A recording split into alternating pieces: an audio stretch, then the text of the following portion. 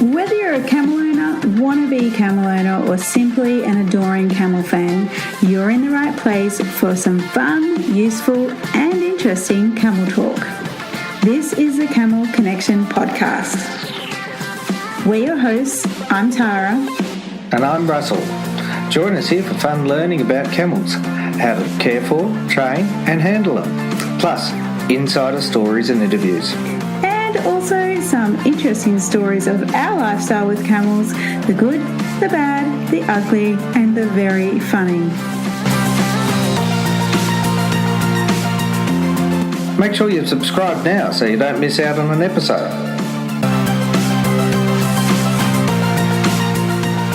Now, some of these podcasts are an audio take of our video, so be sure to check those out on our blog for lots of how-to visuals and, of course, lots of camels. This is your one and only go-to podcast, all about camels.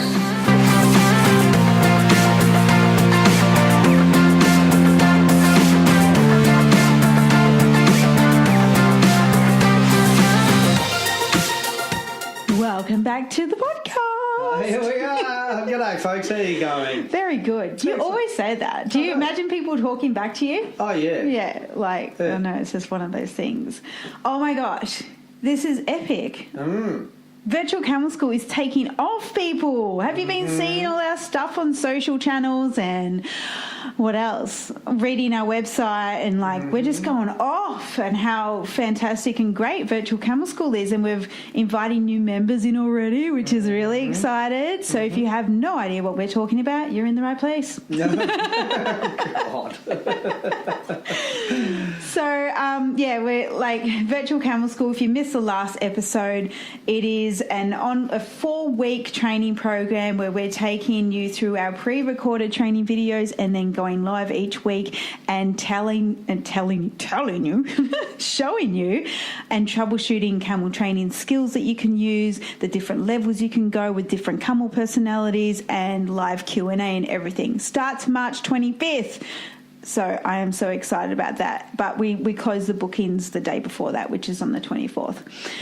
I'm so excited about that. Oh, yeah. No, it's so coming up. It's coming up. So, if you want to get all the camel information, you can go back to the last podcast after this one, listen to that, listen to all our podcasts. You can do it in OneDrive to work. Wherever you go, to work, back and forth to work. It's not a problem. In fact, that's a great place to listen to podcasts. Well, that's all I don't travel to work, obviously. No, but when we do travel. Yeah. That's when I have my podcast binge, is especially when we drive 1.5 days to South Australia. I'm just I am just going to podcast the whole way there, and then I get out and I'm vibing. I'm like, yeah, I'm on fire. Nothing's impossible. Even when you go down the shops, you've got a podcast on. That's true. Yeah, I pick up the kids from the school and I'm just like, hey kids, shush, the podcast is on. Don't talk to me. They're learning lots. Yeah. So today's topic. Yes, drum roll, please. 5 ways to screw up a camel training session. How about that, eh? Who thinks of these things? Me. Well, everybody wants to learn how not to screw it up. So it's kind of like, oh, well, I better listen in, right? I want to listen in. How do we not screw up a camel training session? Well, that's very true. Yeah.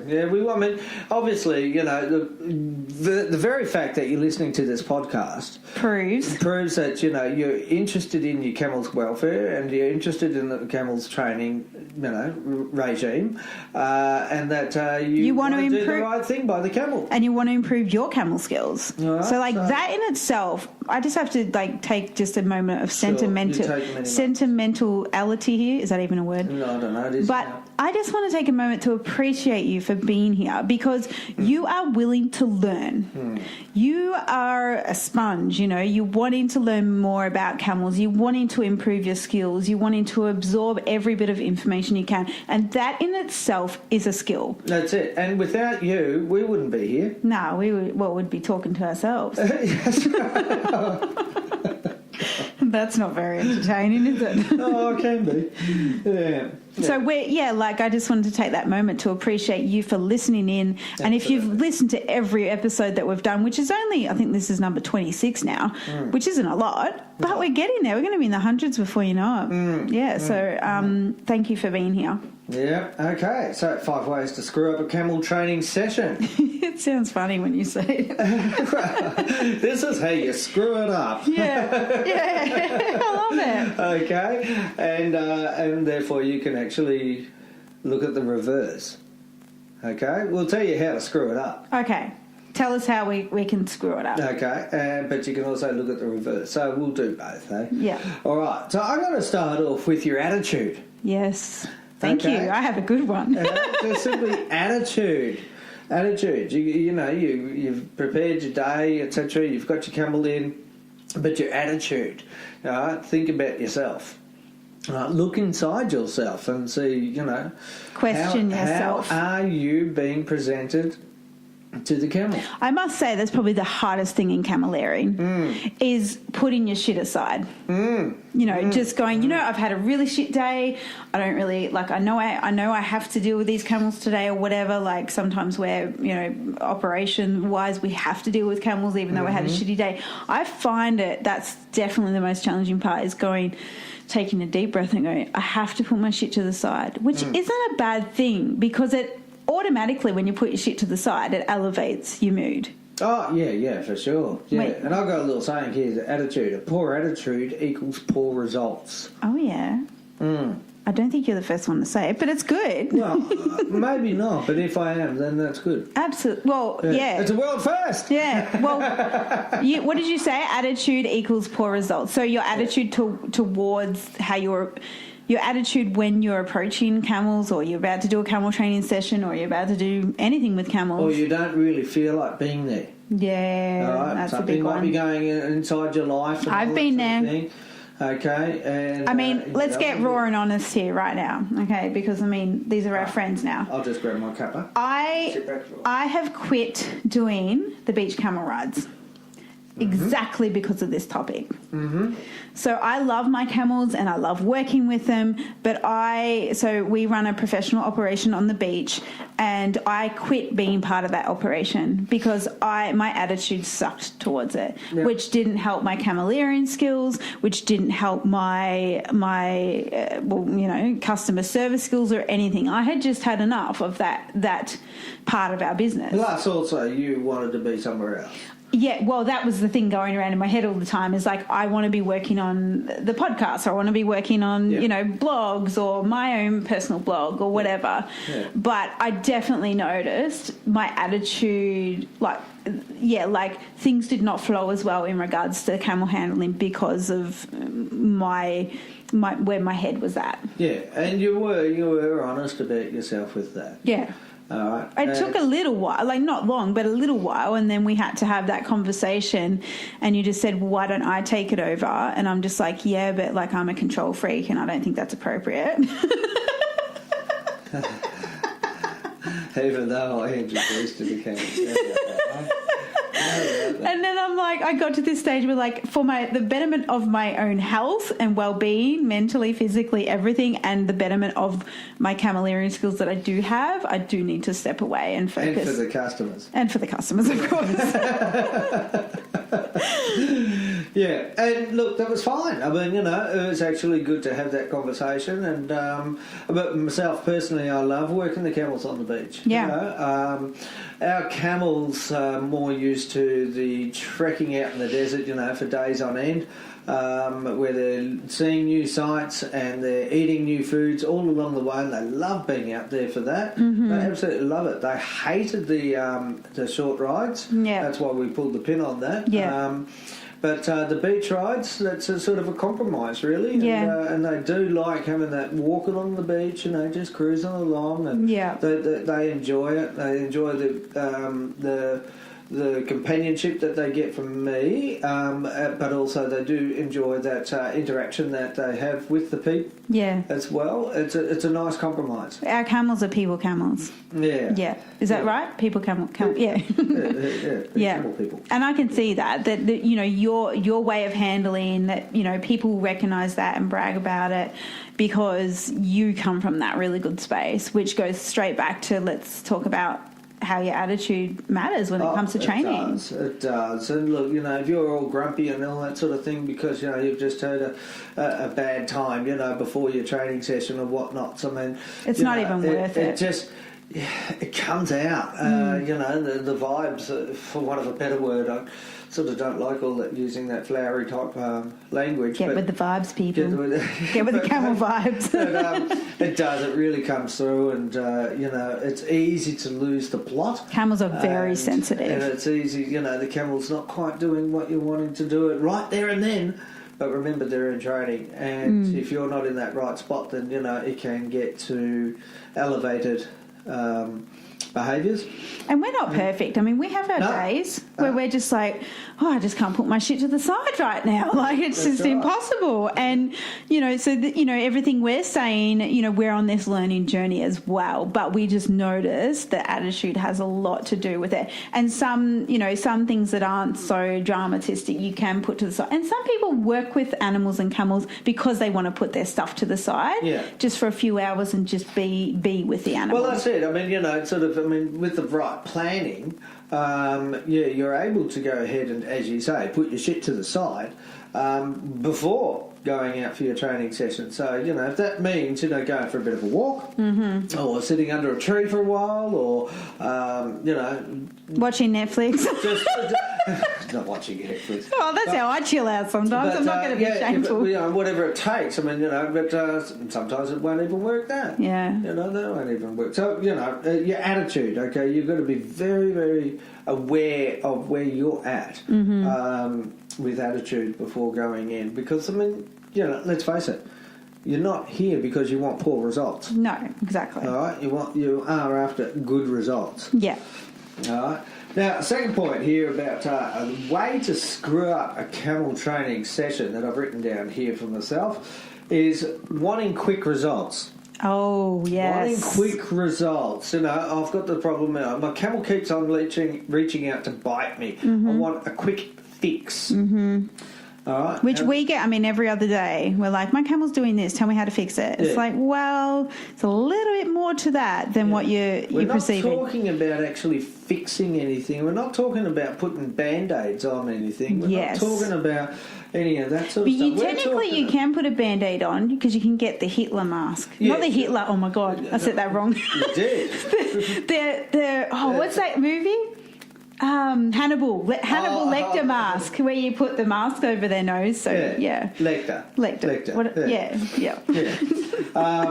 yeah. Look, and camels do actually have those masks as well. You might see them in UAE. You know, they're pretty popular. Well, wherever it might be. Yeah, I've seen them here in Australia as well. Oh, have you? Yeah. But you know, look, what we're talking about is learnt behaviours. Yeah. And what's acceptable and what's not, and you know, to provide a quick fix on something like that, it's not a learnt behaviour then. Yeah. So as an example, so we're not into quick fixes. As an example, let's talk about whacking the camel when it bites you. We've seen this firsthand, and we had a client that came to us with this biting thing, but she was extremely open to learning something new because she didn't feel comfortable with doing it. Yeah. What's your opinion on that? Well, I personally don't feel like it works long term. You're going to whack a camel over the nose or something. Or expect it back. Well, yeah, pretty much. I'd be pissed off too if I was a camel. Yeah. Or maybe not expect you won't get it back in that moment. No. But somewhere down the track. But what you're looking at is vindicating the camel's fear. Yes, good point. So talking about the camel's fear and who they are as a very timid creature. So you would find by doing that sort of behaviour that, that sort of reaction, if you like, okay, the camel may stop reaching out to bite you, but you're one step backwards of winning the head. Yeah, that's true. So getting them comfortable with you touching and being around their head. Now you win the head, you win the camel. All right. So really what we're talking about here is is the way to get back to the topic, okay, of ways of screwing up your camel training session, and that by wanting a quick result without cementing the concepts. All right, the concepts that are learnt behaviours. Right. Gotcha. All right. Does that make sense? Yeah, well, I want to go back to that point you made about vindicating the camel's fear. So basically giving the camel a reason to fear you. Yeah. So, I kind of like how you explain it sometimes when we do our live in-person courses, and you're like acting like the camel, and you're like, just pretend that, the camel's bit and you've been hit by the camel, and the camel says, well, that's what I thought. I thought humans were like that. And, like a told you so kind of moment. Yeah. Because they are on always the verge of uncertainty about situations, unless obviously they're very experienced camels and they know that they've known their owner almost all their life, sort of thing. But there's always this curiosity and uncertainty about things. I mean, even our most experienced camels that we have, they know that if they put a foot out of place, you can see them thinking like, I wonder how this is going to end. Yeah, not in a violent, dominant way, but just, like our telling off is like very low level compared to, we don't never get to the violent stage, but, our telling off is really a vocal thing rather than a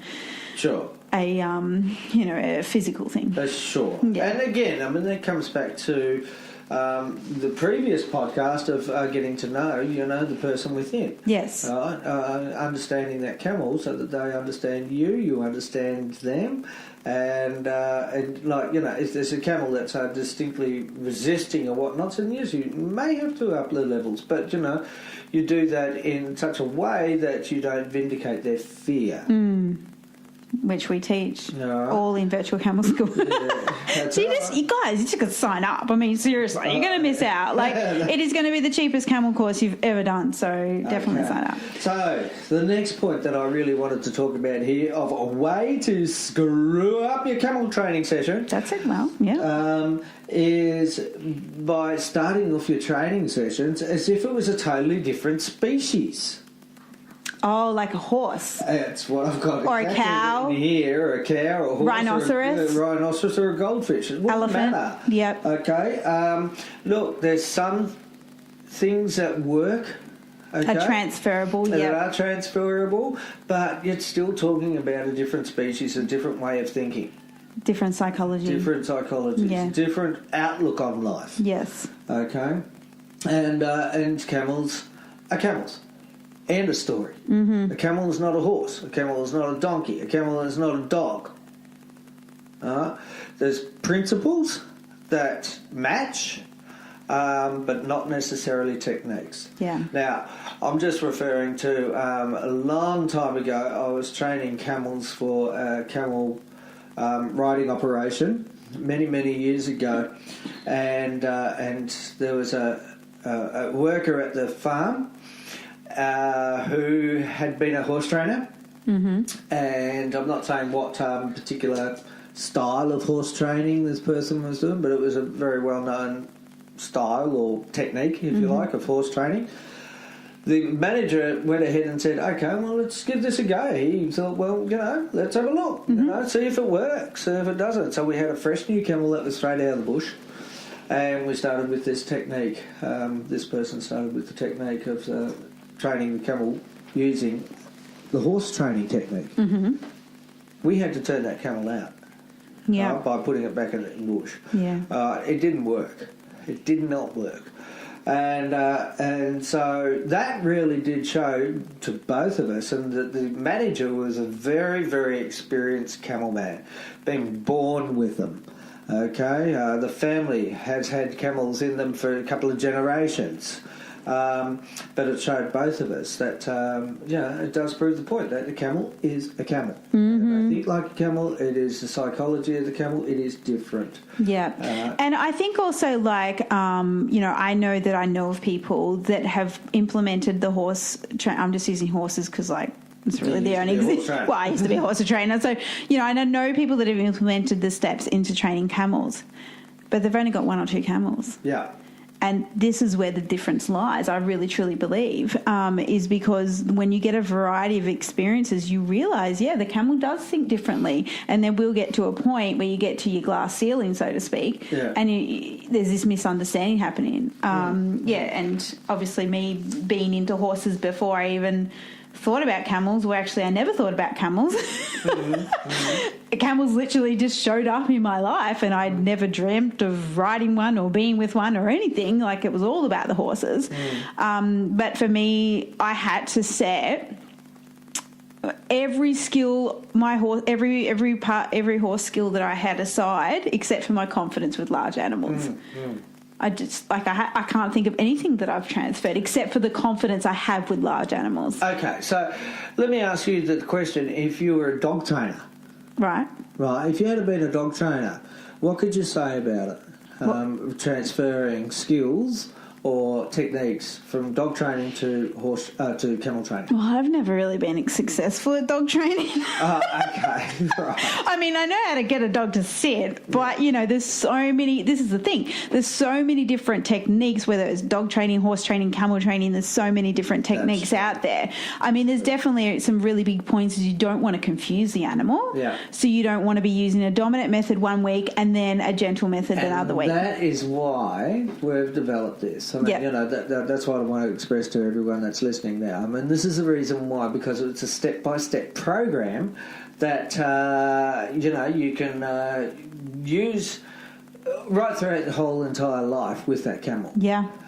And you can go back at some steps, you know, if you need to. You can always look at the whole progressional side of the training and use it all the way through the camels. I liken it to building a house. You've got your foundation, and then everything goes on top. Yeah. But sometimes that foundation things can happen to the foundation. Yeah. So what do? You go back and you fix the foundation. Or something happens to the stuff on top. Which could be. Yeah. So it's all. This is all. I mean, virtual camel school, our in-person camel courses, our international journeys, which involve camel training, they're all got to do with this foundational stuff, and they are your go-to every single time. I mean, we go back to them all the time with even our most experienced camels. You know, if they're having a bad day, where do we go? Back to the foundational training.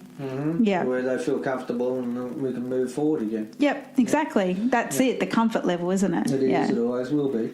So we're done 3 now, I think. Okay, we've got another one here of a way to screw up your camel training session. Bum, bum, bum. And that is not recognising when to back off and allow the camel think time. Oh, that's a really easy one to skip, to be honest. Like, I mean, coming from the horse world again, like, if you were to give a horse, well, for when I was training anyway, and criticise me if you like, but I was into the natural horsemanship, but you don't really give the horse a chance to think, because that's when they start to think, that's when they get in their flight mode. Right. So that was a really big lesson that I had to learn with camels, is that they really need that think time. Yeah, they really do. Like, and I've seen it firsthand, the results that you get when you just go do, but there's no break to do, and then have a break and give that think time. I've just noticed the difference in the camels. Oh, yeah. Like, it's just, it blows my mind still. Oh, yeah. They really are thinkers, very intelligent. To know exactly, I mean, this is the whole thing, and this is what we teach, is to know exactly when to back off. Yeah.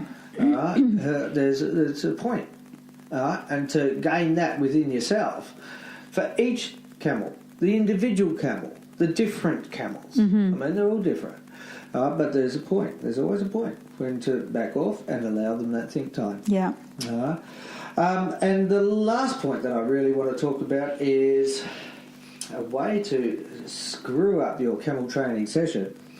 And it sort of relates very much to the first one, which was the attitude. And poor attitude equals poor results. But this one is not having gentle, quiet consistency and persistency. Consistency is a big one. Yep. Because they love it. Because like going back to the quick fixes thing, like it's just, it's not a Band-Aid. This is not a quick fix. This is building the foundations of every camel thing you're going to do in the future with your camel, with other camels. For life. The life of that camel. Yeah, so it's, Yeah, I liken it to farming. Not houses this time. You don't like my house analogy. No, we could say farming. I mean, the farmer goes ahead and prepares the soil. He might turn it over, put some fertilizer in, then puts a seed in. Okay, wait for the rains. The plant grows. You can see results. You go ahead and harvest. And then you go ahead and plough back in, any stubble or whatever. So there's fertiliser again, and you start and give the paddock a rest, And that's a process to get good results. Mm-hmm. Okay, well, camel training. If you've got the right techniques, etc., like that, and you've got all the skills and the knowledge, and using a process, then you'll get the good results. Mm-hmm. So that point again. Quite gentle consistency and persistency. Yeah, consistency really is the key, and with that consistency, I found routine. Like camels like routine. So what we'll be teaching in Virtual Camel School is starting off your camel training the same every time. And that's what we teach in our our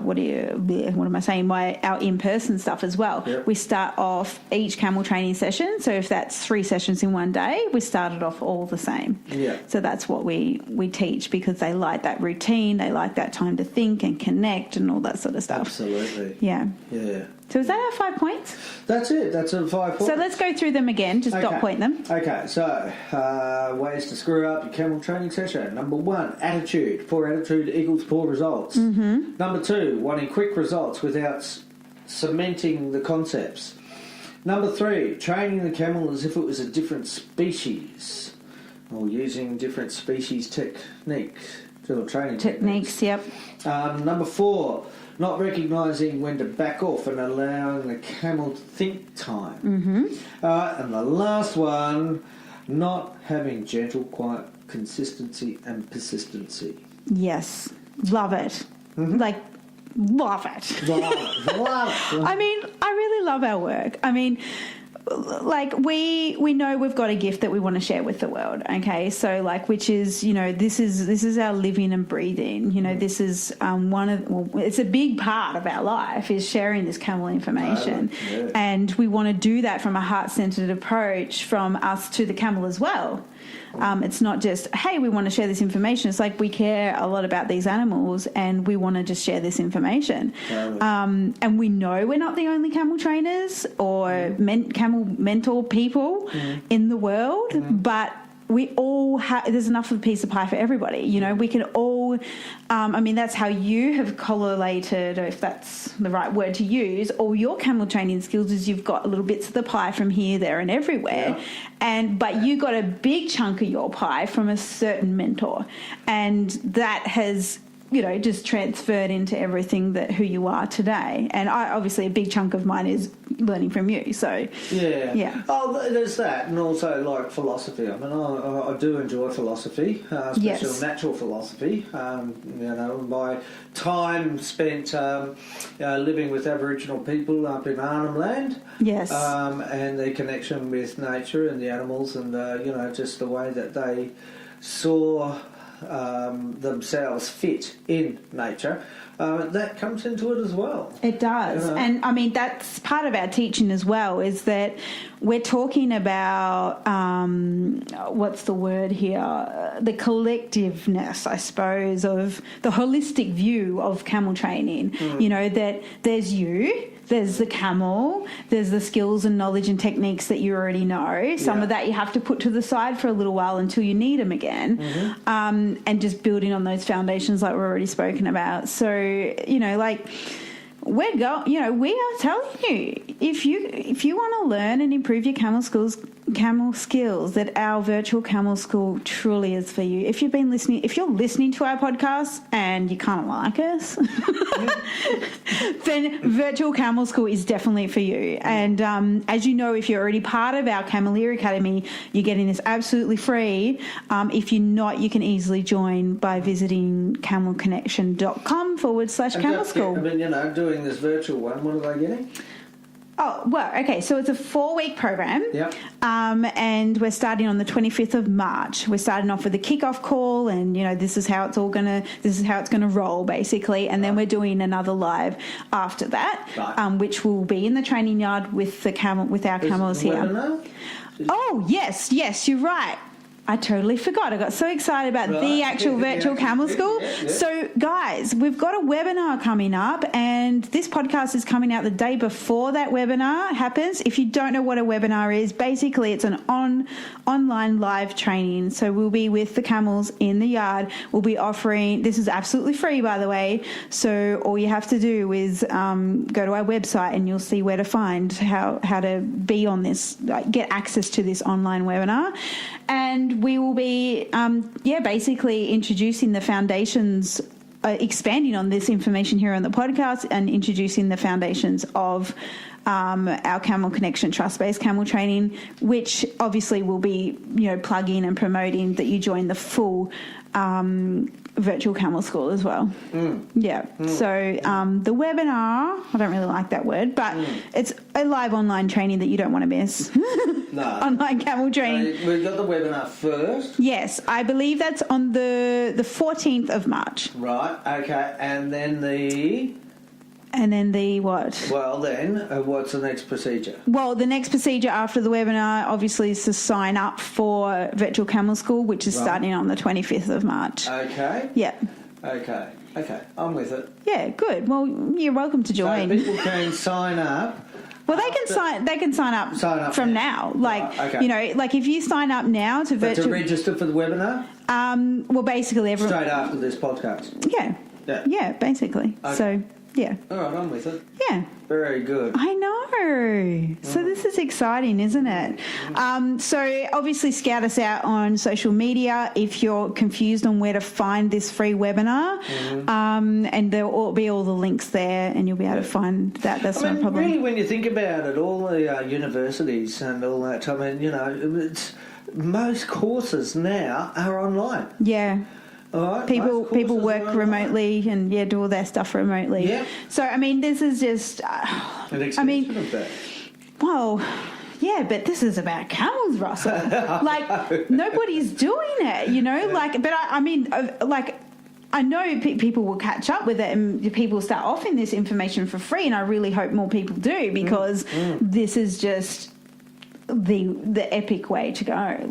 We can get to all 4 corners of the globe wherever you're listening on. If you're listening in Qatar, if you're listening in Mongolia, if you're listening in Australia in some outback arid zone, it doesn't. With a structured program for training camels. Absolutely. And I suppose putting all this together over the years. My teaching experiences. There's been what? Russell was a teacher, folks. I was 15 years of teaching. A lot of people find that hard to believe. I know I did when I first found out. Yeah, 15 years of teaching and, designing programs and all that sort of thing. So, to do things step by step. It's definitely the best way of learning. And I got the technical know-how. And I tried to explain it to Russell. I tried to teach him how to use stories on Instagram the other day and Facebook, and he's like, how does it work? So it's a different platform. No, Russell, it's the same platform. I'm still amazed that we've got phones, and they ring. Not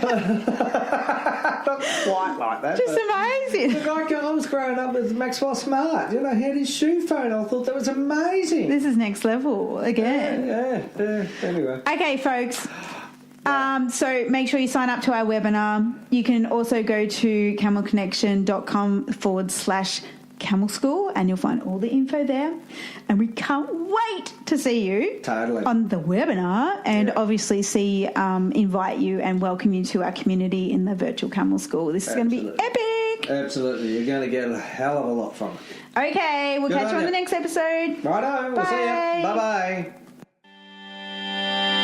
Virtual Camel School enrollments are now open. From wherever you are in the world, you can get access to our popular pre-recorded camel training video course and join us live online in our own camel training yards, where we will be giving you camel training demonstrations, troubleshooting, and answering your camel training questions. See us live once a week for 4 weeks in this dynamic program. You'll be learning the gentle approach to camel training, namely our Camel Connection trust-based camel training, to build a strong foundational training for yourself and any camel you work with. You don't need a camel to take part. Those that have camels can join and implement the training as we go. This is for beginners to advanced camel owners, handlers, and of course lovers. We guarantee you'll learn something new. This is the best place on the internet to improve your camel skills, confidence, and knowledge on the camel's psychology. Find out how you can join by visiting camelconnection.com/camel school.